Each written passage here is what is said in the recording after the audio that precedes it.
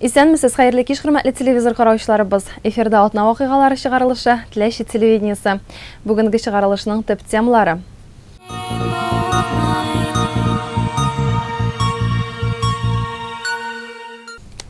Район үзәгендәге мәңгелек ут янәшәсендә урнашкан обелискка чәчәкләрне Татарстан Республикасы Президенты Рөстәм Миңнеханов та салды. Ул эш сәфәре белән 8 май көнне районга килде. Язгы эшләренең барышы, райондагы төзелеш эшләре булар президентны кызыксындырган иң төп мәсьәләләрнең берсе. 8 май көне Татарстан Республикасы Президенты Рөстәм Миңнеханов районыбызда кыр эшләренең барышы белән танышты. Президентның эшлек сәфәрендә Татарстан Республикасы авыл хуҗалыгы һәм азык-төлек министры Марат Әхмәтов озата йөрде. Хуҗалык җитәкчеләре, фермерлар белән очрашу Сәгыйть Гыйниятуллин фермер хуҗалыгында узды. 150 миллион акча кертте Рауф Мөхәммәтович шәтле җирендә 60лап кертте асамлык положение инвестицион капитал. Шәчүләр буенча 52% безнең бик яхшы Владимир Каюмович. Поселениялар. Безнең поселениялар, безнең күбрәк монда фермерлар, Шәмәргалич, Нарзамыр 20 фермер хуҗалыгы. Безгә без разница кем булса. Фермерлар бик яхшы эшли. Шунысын да әйтү кирәк, районда язгы кыр эшләре тулы көченә һәм оешкан төстә бара. Район башлыгы Илдус Зарипов республика программалары һәм яңа проектларны гамәлгә ашыру турында сөйләде. Теләче сәнәгать паркы территориясендә эшләнә торган проектлар хакында да әйтеп узды. Проектлар бар, Шәмәргалич менә безнең промышленный парктагы 5000 квадрат метрга безнең эшләнә теплица, декоратив чәчәкләр буенча, аннары җирдә. Июнь аенда уже посадочный материал. Менә бүген үзәре алармында, тегеннәрнең аренда җирдә үзәренә яры бар. Поступлары шунда әйтеп китәләр. Анда безнең 6-7 шундый проект бар. Аннары Рөстәм Миңнеханов Теләче авылында үзәк паркында ветераннар белән очрашты. Аларга президент исәнлек, озын гомер теләде. Бөек җиңү көне белән котлады. Бөек Ватан сугышында һәлак булганнар истәлегенә куелган һәйкәлгә чәчәкләр салды.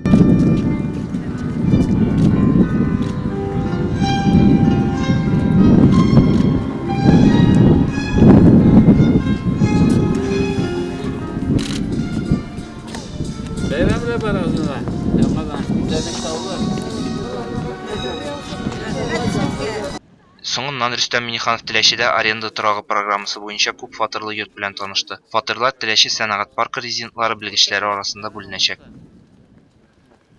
Узган атна ахыры һәм бу атна башы 9 май бөек җиңү көненә багышланган төрле чаралар белән үтте. Шуларның иң зурысы төрле шәһәр һәм районнарда оештырылган парад, митинглар булды. Теләчедәге парадтан хәбәрчебез Илмир Әхмәтҗанова репортажы.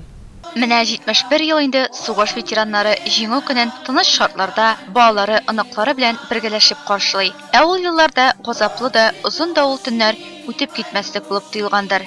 Һәр йортка, һәр гаиләгә сугыш җиле кагылмыйча калмый. Мин менә әтием сугышка киткәндә 4 яшьтә калдым инде. Бу авыршынны балакаем хәзер әйтеп нитүдә, сөйләүдә бик авыр инде. Ул вакыттагы тормыш бик авыр булды. Ачлыгы, ялангачлыгы, ятимлеге, үксеп, үкенеп, менә бер төрле кимсенеп үтте безнең гомер, балачак инде. Балачак гомерләребез бик авыр булды. Әнә шул иң үзәккә үткәне ачлык булды. Ил азатлыгы өчен 1418 көн һәм төн барган көрәш тарихта калды. Шунысын да әйтергә кирәк, сугыш елларында районнан фронтка 4000-нән артык кеше китә. Хәзерге вакытта районыбызда Бөек Ватан сугышында катнашкан бары 11 ветеран яши. 9 май җиңү көнендә алар үзләренең хатирәләрен яңарта, сугышчан дусларын искә ала. Нургали абый, менә 9 май җиңү бәйрәмен кайда ишеттегез сез? Кайда идегез ул вакытта? Эстониянең баш шәһәре Нарвада. Ленинградның ары. Шунда булдым. Кем җиткерде сезгә? Сөенгәнсездер инде, шатлангансыздыр инде. Нишләдегез ул көнне? Авыл кызларын күреп булар микән дип төшкә керделәр. Шулай дип утырганда. Шунда булып калдык. 42 елны алдылар, 27 елны октябрь айында. Шуннан Суслангер дигән шәһәрдә булдык, бик матур шәһәр. Анда Суслангердан Мәскәү облысы диләре, Муром дигән шәһәрдә булдык, Учебный рултада. Шуннан андары март айында 43 елны Ленинград фронтына сами ясына катер белән ташлылар. Ладога күле аша. Быел да гадәттәгечә Теләченең Үзәк юл паркы янындагы мәйданга бизәлгән транспортлар белән хезмәт коллективлары, аллы-гөлле шарлар тоткан укучылар килде, ә үлемсез полк ветераннарның күңелен аеруча тетрәндерде. День великой радости, день победы, но это и день памяти, потому что вспоминаем историю Великой Отечественной войны, яркой страницей, истинной каждый раз мы как-нибудь такой сердце, сколько прекрасных жизней прошла война, сколько матерей не дождались своих сыновей. Бәйрәмгә багышланган концерт-митингны Теләче муниципаль район башлыгы ачып җибәрде. От всей души поздравляю вас с великим праздником, Днем Победы нашего многонационального народа над фашизмом. Сегодня, 9 мая, весь народ нашей страны отмечает 71-ю годовщину Великой Победы советского народа над фашистской Германией в Великой Отечественной войне 1941-1945 годов. День Победы. Каждый год в этот светлый майский день мы с глубоким почтением и непереходящей грустью вспоминаем тех, кто отдал в жестоких боях своей жизни за честь и свободу любимой Родины. Тех, кто, не покладая рук, ковал у станка в глубоком тылу грозное оружие. Победа тех, кто, не разгибая спины, на колхозных полях кормил доблестных советских воинов и всю нашу бескрайнюю страну. Яуда һәлак булганнар һәм сугыштан соң үлгән батырларны 1 минутлык тынлык белән искә алганнан соң ветераннарны башкала кунаклары тәбрикләде. Советского воина-освободителя, с честью завершившего 9 мая 1945 года, поверженным в Берлине, свою священную миссию по освобождению Европы от ужасов коричневой чумы. Великая Отечественная война явилась суровым испытанием воли и духа нашего народа.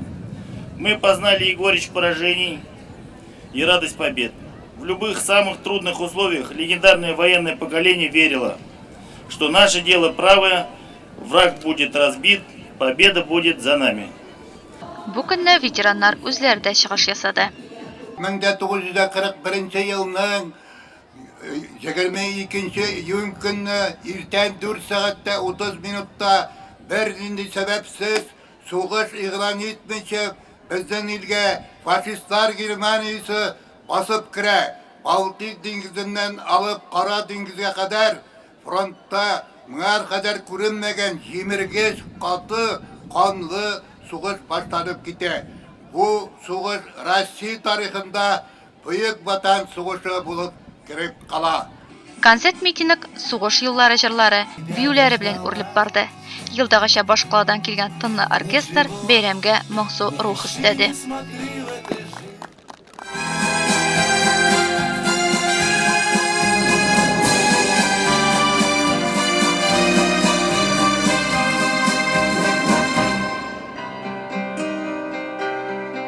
Снова в белом деревце и труба запела звука на костяного бойца. Пригласи на вальс, девчонка, ты кружи, как кружат сны. Смейся в дело и не в дело от солдатской седины. Вальс и вправду будет белым, вальс победы, светлый вальс.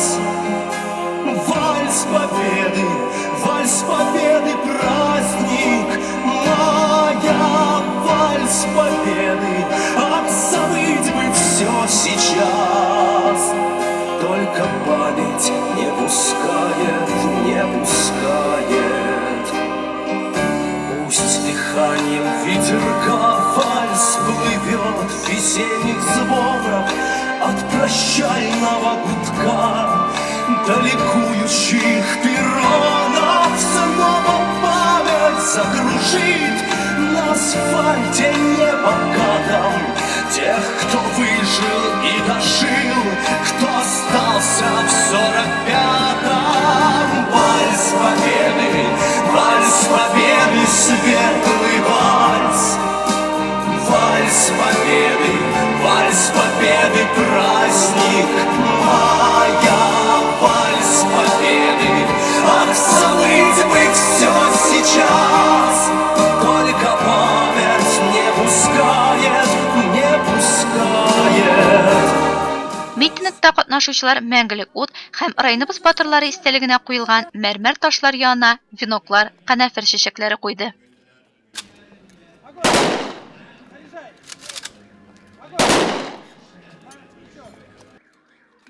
Бу көнне Үзәк ял паркында спорт уеннары гөрләде, бәйрәм концерты булды. Илмир Ахмаджанова, Илнар Ханипов, Раил Рашитов, Теләче телевидениесе. 9 май Бөек җиңү бәйрәме алдыннан район башлыгы Илдус Зарипов Бөек Ватан сугышы ветераннарын шәхсән котлады. Алар арасында Күкче авылында гомер итүче Бөек Ватан сугышы ветераны Таисия апа Сабирҗанова да бар иде. Хәбәрчебез Илмир Ахмаджанова әзерләгән сюжет. 1941 елда Таисия Сабирҗанованың әтисен фронтка алалар. 1943 елда үзенә дә чакыру килә. Ул заманда фронтка барасын киләме, юкмы дип сорап торучы булмады. Канун буенча барасы иде ди ветеран ул елларны хәтерендә яңартып. Райондашыбыз Зенит ракета гаскәрендә хезмәт итә. Сугышка киткәндә миңа 18 тулып 19-нчы киткән иде. Менә майда киттем, май айында. Казанда тордык инде. Казанда 5 ай тордык. Анда аннары 5 айдан соң безне сугыш җиракка киткән сайын нигә Смоленскига җибәрделәр. Днепр аркылы күпер сакларга. Днепр елгасындагы күперне ул күпердән поездлар җөрейди, зур күпер ул. Аннары кайларда булдыгыз инде Таисия апа? Аннары нигә Польшага күчерделәр, Польша җиренә. Сугыш киткән сайын сугыш артыннан безне җирттеләр инде.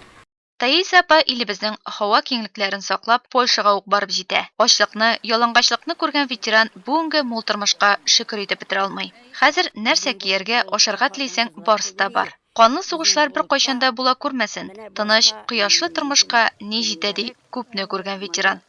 Була күрмәсен сугыш. Күрмәсеннәр, без күргәнне күрмәсеннәр яшьләр. Яшьләр дә, олылар да, олыларга да рәхәт булмады.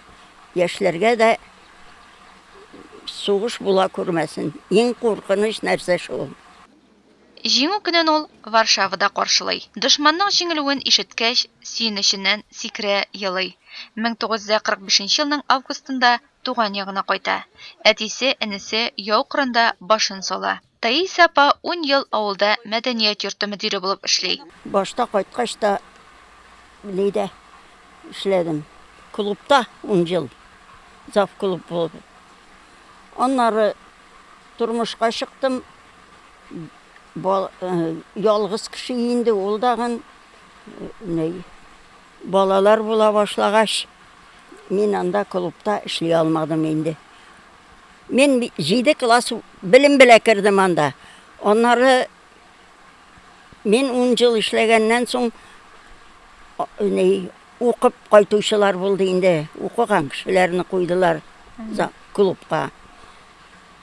Шуннан мин сөт җыярга кирдем. Хуҗалыктан.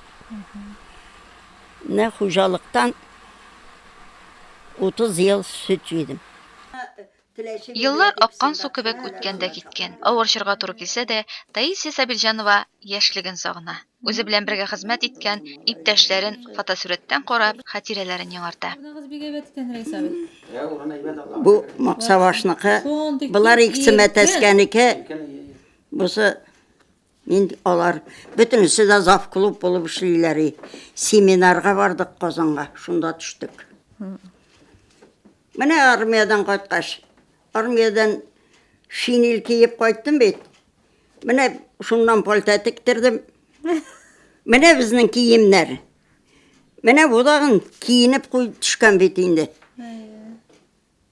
Авылдаш кыз Сабира. Шундый киемнәр. Сугыш нишәтте безне. Тыныч тормышта да аралашып торгансыздыр инде сугышчан дусларыгыз белән. Монда кайткач та аралашып торгансыздыр аннары. Тордык, хәбәрләшеп тордым инде мин ниләр белән. Безнең аннары без Теләче военкоматыннан киттек бит. Безнең Теләче военкоматын куштылар Сабага. район бітті бит. Военкоматны қоштылар шонда. Пенсияға шығар алдымнан, менің башыма келді, мен айтам, тоқталы, мен соғышта қатнашқанымны ізлейм әлі военкоматтан деп, военкоматқа кірдім, Сава военкоматына. Мен өзім чоқ қалғанардан түгілейм еш уақытта. Сонда кірдім де сөйледім, ізләділер, тапмадылар. Менің білен бірге қызлар, кеткен қызларының бірсінің де есімі жоқ. Чоқ қалған ол. Анары барлатып қойдығыз енді. Шуннан соң сұраштылар да, қойдан енді шаста қызмет еткеніне адресларын алдылар да, архивқа жіберділер. Архивтан жауап келді. Анары қойда қызмет еткеніме. Менің военный званиемді бар, сержант болып қойттым мен. Шушы көннәрдә сугыш һәм хезмәт ветераны Таисия Сабирҗанова янында муниципаль район башлыгы Илдус Зарипов та булып китте. Район башлыгы ветеранга кыюлык күрсәткән өчен рәхмәтен белдерде. Алга таба да исәнлек, саулык, күңел тынычлыгы теләде. Искә алуыгыз өчен бик зур рәхмәт. Безнең бер яхшы компания бар, Таттрансгаз, Газпромның. Газ, Контигов. Менә безнең Рөстәм Нургаевич Миннихановның үзенең Құтлау атырқысы. Жеңу байрамынан. Мұнда бетлі оқшарлар, мұнда бик көп тілектер мұнда. Президенттің байрамынан құтлай, исәнлік, саулық тілей, сәлемәлік тілей. Рәхмәт жаусын. Сугыш ветераны Таисия Сабирҗанова улы Рәис, килене Фирдәүс һәм аныгы Булат гаиләсе белән анакчыкларның кадер-хөрмәтен тоеп, бәхетле картлык кичерә. 3 ул үстергән ананың бүген 7 аныгы, анакчыклары да бар. Илмир Әхмәтҗанова, Илнар Ханипов, Теләче телевидениесе. Субаш авылында гомер итүче 92 яшьлек Бөек Ватан сугышы ветераны Егоров Иван Иванович та әле һаман да 1941-1945 елларның вакыйгалары белән яши. Сугыш мәңге онытылмый. Ул һәрчак истәде ветеран. Алсу Җиһаншина Бөек Ватан сугышы ветеранының хатирәләрен яңартты. Минем кулымда бик җиңүгә багышлап чыгарылган китап. Әлеге китапта ветераннарыбыз турында гаять күп мәгълүмат тупланган. Шундый хөрмәткә лаек ветераннарыбызның берсе Егоров Иван Иванович Субаш авылында нәкъ менә шушы йортта гомер кичерә. Әйдә Иван. Менә шушы өйдә мин бер үзем генә торам инде. Кайчанда куркулар да бар. Төнлә килеп әле шәп китмәсеннәр дип. Менә торырга туры килә. Теләчедә өем бар. Малайларның өйләре, внуклар өйләре инде. Теле малайлар да шунда торалар. Анда китәсе килми инде. Анда китәсе килми. Юк, Резанда бар тагын берәү. Резанда да чакыралар. Юк, мин әйтәм. Көр күңелле, һәр вакыт оптимистик рухта булган Иван Ивановичны безнең районда белмәгән кеше сирәктер. Иван Иванович Егоров 1923 елның 15 августында Субаш авылында дөньяга килә. Мәктәпне тәмамлагач 1941 елның 22 июнендә Теләче хәрби комиссариатына барырга тиеш була ул. Нәкъ шул көнне сугыш башлануы турында хәбәрне ишетеп кайта.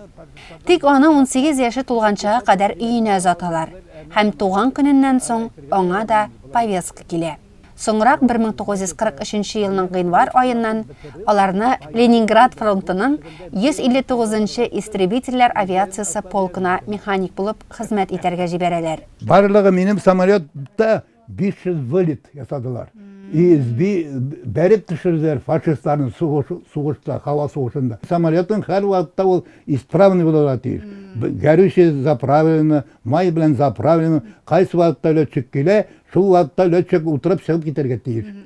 Иван Иванович сугыш елларын, аннан соңгы елларны да бик яхшы хәтерли. Сугыштан соң да аңа политик тәрбия эшләрен алып баручы буларак эшләргә туры килә. Безнең халыкны ватанга мәхәббәт, патриотик хисләр берләштерде. Шуңа да без сугышта җиңеп чыктык, ди ветеран. Значит, без беренче сугыш басып кергәч, немецлар, фашистлар безнең беренче айларда, беренче көннәрдә чигенергә туры килде. Фашистлар бик күп безнең рубежларны, ныгытмаларны алдылар. Но ләкин фашистлар Совет халкының җирәге аша торган патриотизмны ала алмадылар. Ветеранның күкрәге медальләр белән тулган. 1943 елда батырлык өчен медале, Ватан сугышының 2-нче дәрәҗә ордены, Ленинград шәһәрен саклау медальләре һәм башка бик күп юбилей медальләре белән бүләкләнгән ул. Bu medallarını birdiler, her bir yılını Büyük Vatan Soğuşu'nun юбилейін uzaralar biz. Mene bu yıl 51 yıl tula, mene şu 71 yıl tula, şu oңайдан medaller çıkardılar kubittirip, şu medallerini bizge birdiler indi. No Büyük Vatan Soğuşu için ordeni var indi benim, ondan soň Zat Bağı degen orden var, anısı soğuşta katnaşkan için birilgen ordenler indalar arasının. Kalganlar medaller, bek kubiyalar, kaya koyarga da bilmedim indi medalarını. Иван Иванович, әміне соғышта сіз самолетларны бензин белән әйтеп тордыгызмы? Төзәтеп, ватылса төзәтеп? Ват. Менә мен шуның өчен әйтергә теләгән сүзгә сез кайттыгыз хәзер. Әйе, кайттым. Әйе. Менә без һәр вакытта да сез бой изут от не только старики дигән кинога караганың бармы? Анда механиклар чыгып, кулларын күтәреп торалар, значит, ул үз самолетын встречать итә. Менә мин дә шулай иттереп Karşı aladırayım самолетlerini, lötçüklerini da и motorunu uzuruna koygaçtın. Ondan sonra biz как брат şekilde nersesinin motorda недостатка.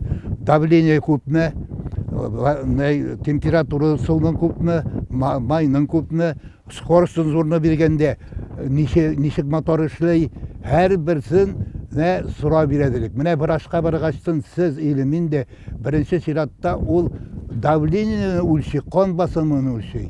Аннан соңына бүтән ягын карый башлый. Менә күз буенча ятам тоже. Алар тоже УЗИга кертә, аннан соң күзнең давлениесен үлчи, аннан соңына дарулар бирә башлый. Менә шуның шекелле без механиклар булсак да, без летчикларның табиблары. Егоров Иван Иванович сугыштан соң педагогик белем ала. Субаш мәктәбендә 30 ел мәктәп директоры булып эшләй. Ул вакытта укытучылар да җитешмәй. Мәктәп бинасы да бик иске хәлдә була ди ул. Ләкин үз сүзендә нык торучы Иван Иванович мәктәпне яңадан диярлек аякка бастыра. Мәктәпкә кайткан чагында мәктәп әле бик иске. Укучылар бик күп, 2 смена укыйбыз. Совещание директорлар җыелышы вакытында һәр вакытта да шушы директорны, мәктәп директорын Егоровны танкетлиләр генә бит, менә понимаешь. Ничек нитәргә мәйтем, ничек бу положениедән чыгарга. Бер вакытны Забронога әйттем. Сен мине гел танкетлисен, такритсен мәйтем. Никакой ярдәм итмисең сен миңа дип бик каты үзенә әйттем. Безгә высшее образование белән җибәрәләр арадан, аларны барысы да теләшәгә килеп җитүгә буралар, теләшәгә килеп җитүгә. Бураларда Субашка дигән ниләрне 2нче мәктәпкә җибәрәләр. Бер вакытны киттем Ронога кирәк, укытучылар кирәк, высшее образование кирәк. Каян аларга? Барып керсәм коридорга утырганнар, кызлар бар, сыза җыелышканнар. Мәктәпсез нишләп монда утырасыз? Сезгә нәрсә кирәк дип сорау бирде. Менә укытырга урын юк безгә. Әйдәгез безгә. Субашына диләр. Дип әйттем тегеләргә. Субашын кая икәнен белмибез. Мәктәп Казан ерак түгел.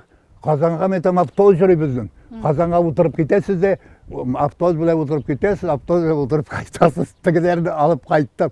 Грузовой белән машина белән утырттым да, мәктәпне җиткәчтем, авылларга җиткәнчен кашыгыз мәктәп күрсәтмәгез. Шулай итеп кашырып кына алып кайттым. Менә хәзер тамынысы белән килгән укучылар, тегенем белән, минем белән знакомиться башладым, керәшеннәргә чыга башладылар кияүгә, понимаешь. Шунда калдылар торып. Шунда калдылар, ие. Кызганыч, ул эшләгән елларда 250гә якын укучысы булган әлеге мәктәп бүген бушап калган. Балалар саны кимү сәбәпле мәктәп ябылуга дучар булган. Мәктәпнең коридорлары аша узганда шаушулы яшьлек елларын исенә төшереп, көрсенеп куя ветеран. Еллар узган сайын Бөек Ватан сугышы турында хатирәләр, истәлекләрне күбрәк барлый башлыйбыз. Сугышның эчендә кайнаган ветераннарыбыз исән чагында аларны тагын да күбрәк сөйләтәсе, сорашып каласы иде. Алар белән күзгә күз очрашып, сөйләшү дә үзе бер тарихка тиң. Алсу Жиханшин, Илнар Ханипов, Тләші телевидениесі. Шуның белән бүгенге эфир чыгарылышыбызда тамам. Мин сезгә матур имин кичләр, көннәр теләп калам. Киләсе атнада да очрашканга кадәр сау булыгыз. Эковесна 2016. 2 месяца санитарно-экологической очистки в Татарстане. Хочешь, чтобы жизнь стала лучше? Начни со своей территории. Эковесна 2016. Чисто на душе, чисто вокруг.